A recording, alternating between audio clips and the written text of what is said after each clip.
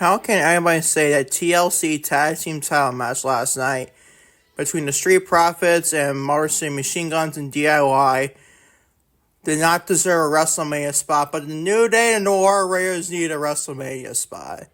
Imagine saying that as a wrestling podcaster, if you're a wrestling critique, or even like Triple H and Creative. But it's a different story for another day. What's going on, everybody? Welcome to a No Mr. Lucas Friday Night Smackdown April 25th, 2025 review. We're going to get into that main event. That was just fucking incredible. A Tag Team Title TLC match with all three teams of Motor City Machine Guns, DIY, and also the Street Profits. This is what tag team wrestling can definitely use in 2025.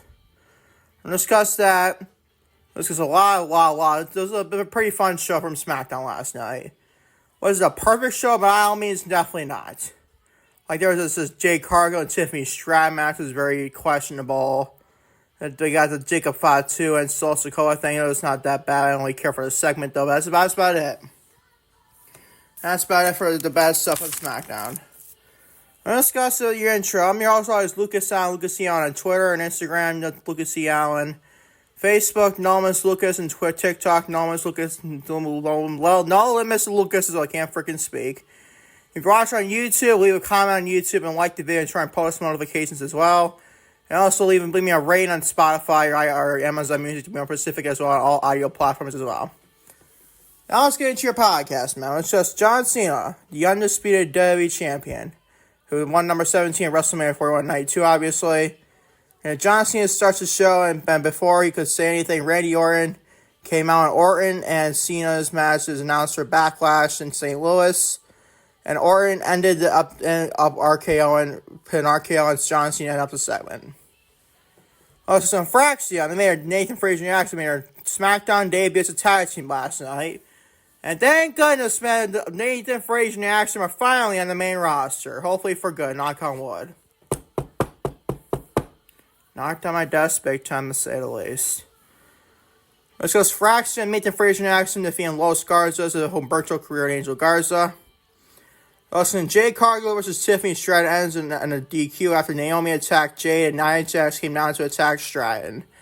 That's, like I said, the only bad thing that happened on the show for big time wise. This was obviously big time forgettable. We'll discuss that though. We'll also be discussing Jacob Fatu, the new WWE United States Champion, won at WrestleMania 41 against LA Knight. Because Jacob Fatu came out with Solo Sikoa, and after Fatu won the WWE United States Championship WrestleMania 41, like I said. And LA Knight came out and then gave a credit to Fatu for beating him in the middle of the ring fair and square. And Drew McIntyre came out, and Drew bragged about beating Damian Priest at WrestleMania 41. And as I flip over my notes here, and discusses Nick Aldis came out as well and made a match official between Knight and McIntyre, with the winner getting United States Championship shot against Jacob Fatu. Discuss that. Also, since Zelina Vega, who won her first ever singles championship in World Wrestling Entertainment WWE, Zelina Vega defeats Cheslea Green to win the WWE Women's United States Championship. Actually, you love this big time for Zelina Vega. Much deserved, finally getting her flowers from WWE Creative. I absolutely love that for her. We'll discuss that. The Miz came out and complained about not nobody respects him, and the lights went out, and Aleister Black, the former Malachi Black in All Elite Wrestling, the former Aleister Black from WWE as well. Aleister Black arrived, and he nailed Miz with a black mask to end off the segment. I'll be honest. This would remind me too much of Rusev. This is also way too predictable. It basically is the same thing with Rusev in a Monday Raw after WrestleMania. Where the lights went out and ever since like something's about to happen. And basically the same thing with The Miz. It's this crew, The Miz, Alpha Academy. I could have done without this on. You could have Aleister Black come out like a big time surprise in a different way than having The Miz be out there. We'll discuss that though. There's an LA Knight versus Drew McIntyre as a no contest over Damian Priest caused no contest. And last, like I said, the Street Profits defeat DIY Motor City Machine Guns to retain WWE Tag Team Championships in a TLC match in the main event. We're on today's podcast, guys. Join me as always on this week's Friday Night Smackdown review for April 25th, 2025. Starting weight, you guessed it, John Cena, the undisputed WWE Champion. He starts the show, and before he could say anything, Randy Orton's music hits as he interrupts John Cena. And Orton came down, and Cena and Orton's match is official for Backlash in St. Louis. And Randy Orton ended up the segment, ending up RKO after John Cena tried to hit the undisputed WWE Championship on Randy, but getting caught into an RKO. Believe it or not, gave us a B+. This is actually a pretty fun start. And by the way, John Cena made his brilliant quote. This little kid in the middle of the front row, obviously. He gave John Cena, I think it's like a 6-year-old kid gave him the middle finger. Imagine a 6-year-old kid giving the John Cena the middle finger in like 2010. And that'd be so ridiculously bizarre. But then again, John Cena in 2025, the John Cena we see now, the heel John Cena, makes it a lot more better. The little kid gave the John Cena the middle finger. And I died laughing. I didn't see the kid get the middle finger, but I heard it say that because he John Cena making that up big time as well. But this is probably the real life, honestly. This was freaking very fun. This segment between Randy Orton and John Cena in flashbacks to 2009. This should be free fun for Backlash in St. Louis. Probably more likely your main event, I would think. It's Randy Orton chasing number 15 and facing John Cena for the undisputed WWE Championship. Heel John Cena, nonetheless. This should be interesting. This should be very fun for sure. I hope the it's a better match than see WrestleMania 41 with John Cena against Cody Rhodes. It should be interesting, man. I keep it updated in St. Louis and May 10th edition of Friday Night Smackdown. Meant to say Backlash in St. Louis. Should be interesting, man. Should be very fun for sure. Hope the guy who John Cena hold his own against Randy Orton, who's all-time greats. This is the building to be the last time ever between John Cena and Randy Orton. This time the roles are reversed and John Cena's the heel and Randy Orton's the babyface. So it should be interesting. Give it a B+ overall grade to start the show. Not a bad start whatsoever. Moving on, the Fraxiom. Nathan Frazier and Axiom, the former NXT Tag Team Champions. They defeat Los Garzas, members of Humberto Carrillo and Angel Garza. Sorry if I heard a hiccup, man. It's been very kind of gassy today, in all honesty. And kind of tired at the same time, too, man. I'm freaking wickedly tired from super reason. I'm drinking coffee right now. It's 4:05 p.m. in San Antonio, East Coast of Syracuse, New York. But it is what it is. I just want to Fraxiom, Nathan Frazier and Axiom defeat Los Garzas of Humberto Carrillo and Angel Garza. Give us a B+. Very, very fun tag team match here. Nathan Frazier and Axiom, like I said, they make them. I must have loved those two guys. The best tag team of professional wrestling is Nathan Frazier and Axiom / Fraxiom. Best tag team of professional wrestling, I stand by that. They can make anybody look good. This is a pretty fun match between them and Los Garzas members from Humberto Carrillo and Angel Garza. Give it a B+. This is a banger. This is a very big banger of a match, to say the least. It should be interesting to see what Fraxiom does on Friday Night Smackdown. The RD on Smackdown. We're going to go back to NXT. Hope to God it's not the case, though. Give it a B+. Moving on to some questionable things I got to share about this freaking debacle of a match. Not that it's a big-time debacle. I just wish we did something better with Tiffany Stratton. Let's get right now. Jade Cargill versus Tiffany Stratton ends in DQ after Naomi attacked Jade. And Nia Jax came down to the ring to attack Stratton. This gets a big fat C-. What the hell are we doing? Not just Tiffany Stratton, not just Jade Cargill, but also Naomi. And why the flying fuck are we continuing Jade Cargill Naomi when Naomi took the L at WrestleMania? I always said it then. If Jade was just one and done, Jade Cargill should absolutely win this first match, or win the match. But if it's not one and done, Naomi should absolutely win this match. So it's my pick to win Naomi be at WrestleMania 41 against Jade Cargill. So this makes utterly no fucking sense. Well, you just said Naomi win this match, or the worst yet, have Jade beat Naomi again? Make no fucking sense, man. It make no freaking sense. And why are we doing Tiffany Stratton, Nia Jax yet a freaking again, man? Like, anybody fucking asked for this, and Tiffany Stratton had a god-awful feud with Charlotte for WrestleMania. With all WrestleMania season. Now she's going against Nia Jax. Can we please get some better opponents for Tiffany Stratton, bro?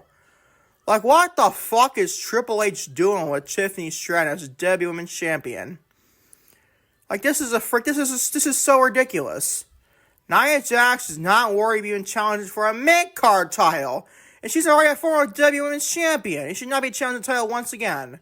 How fucking stupid does that freaking look? C minus your freaking grade. Moving on, Jacob Fatu, new WWE United States Champion on the men's side. He came out with Solo Sikoa after Fatu won the WWE United States Championship WrestleMania 41, like I said, against LA Knight. And LA Knight, speaking of devil, came out and gave credit to Fatu for beating him fair and square in the middle of the ring. And Drew McIntyre came out as well, and Drew bragged about being Damian Priest at WrestleMania 41 as another freaking voice crack. Lovely. And Nick Aldis, the SmackDown general manager, came out and made a match official between LA Knight and Drew McIntyre, with the winner getting United States Championship shot against Fatu. This gets a C+. I could have done without the bloodline. I trust me. I don't like to see Jacob Fatu on a SmackDown. Another freaking voice crack, man. Can't make this shit up. But I'm glad Jacob Fatu is getting like a good opponent. Like he has a chance against Damian Priest. He go against the United States Championship match. And I'm going to see LA Knight and Drew McIntyre later on the show.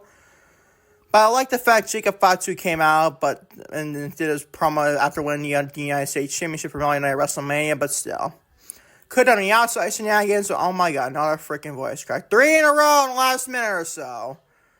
I couldn't have done that LA Knight and Drew McIntyre get involved as well. I couldn't have done without that for sure. I give it a C+. Moving on to Zelina Vega, the Women's United States Championship. Zelina Vega.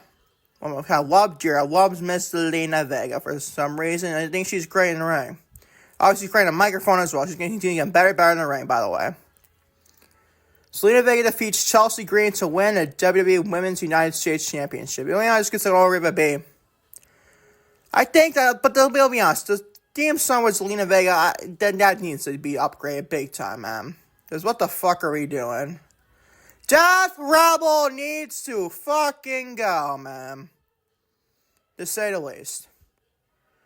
But I'm grateful as hell for I'm very proud for Zelina Vega. Again, our first ever women's singles championship in the United States side of things for females.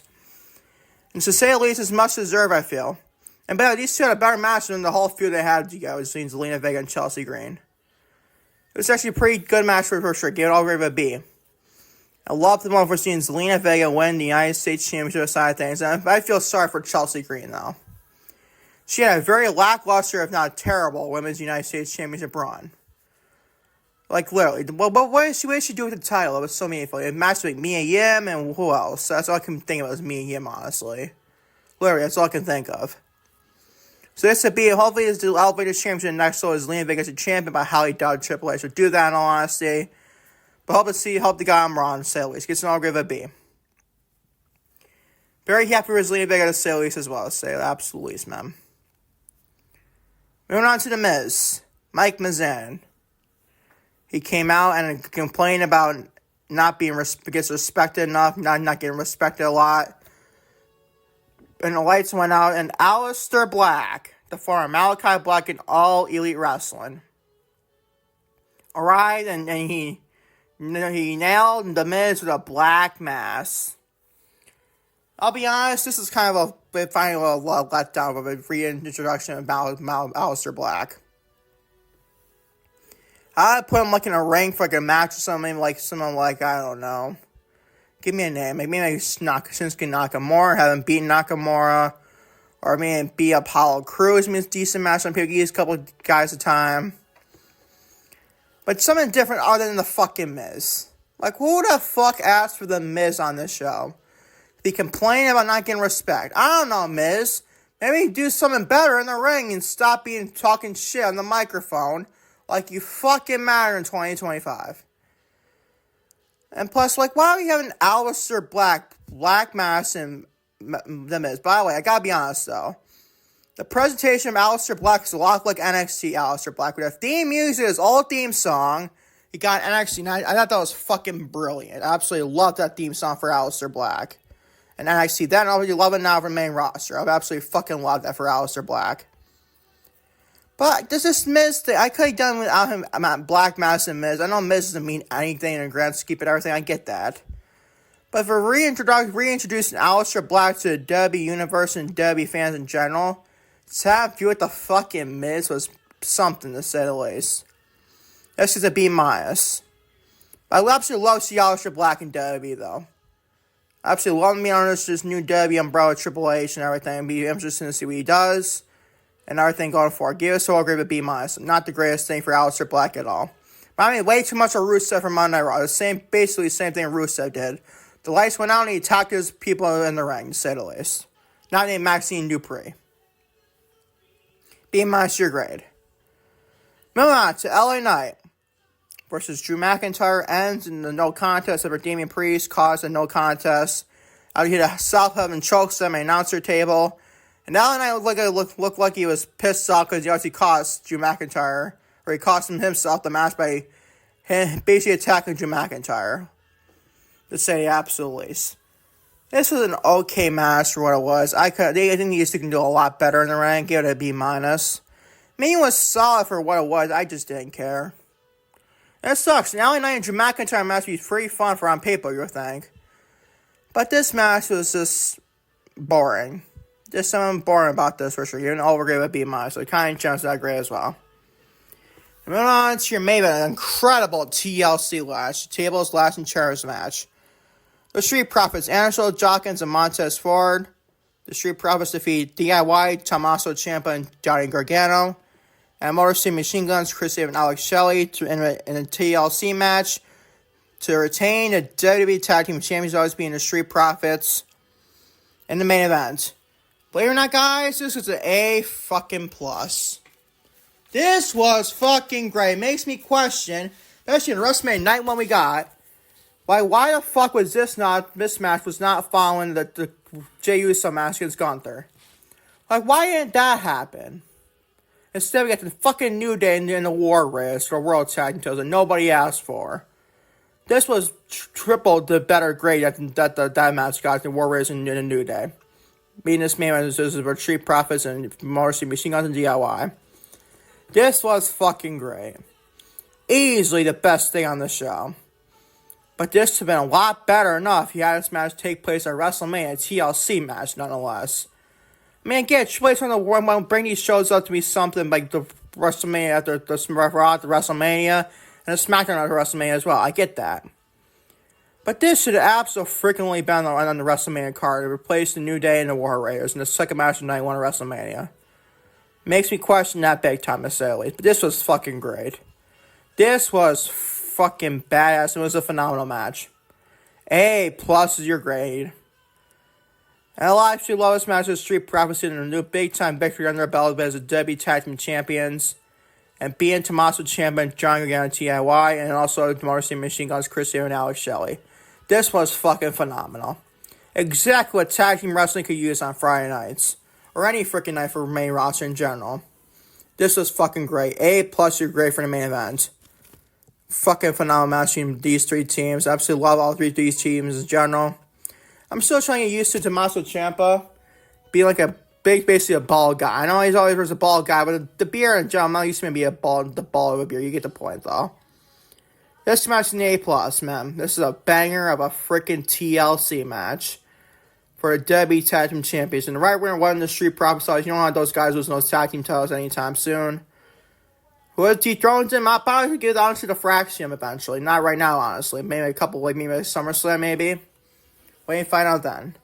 But this match is no an A+ for the Motor City Machine Guns, DIY, and the Street Profits for WWE Tag Team Championships. Fucking phenomenal match to say the least. A+ your grade. Tag Team Wrestling, the main roster WWE. Another freaking voice crack. Getting an A+ is freaking insane, man. But this was fucking great.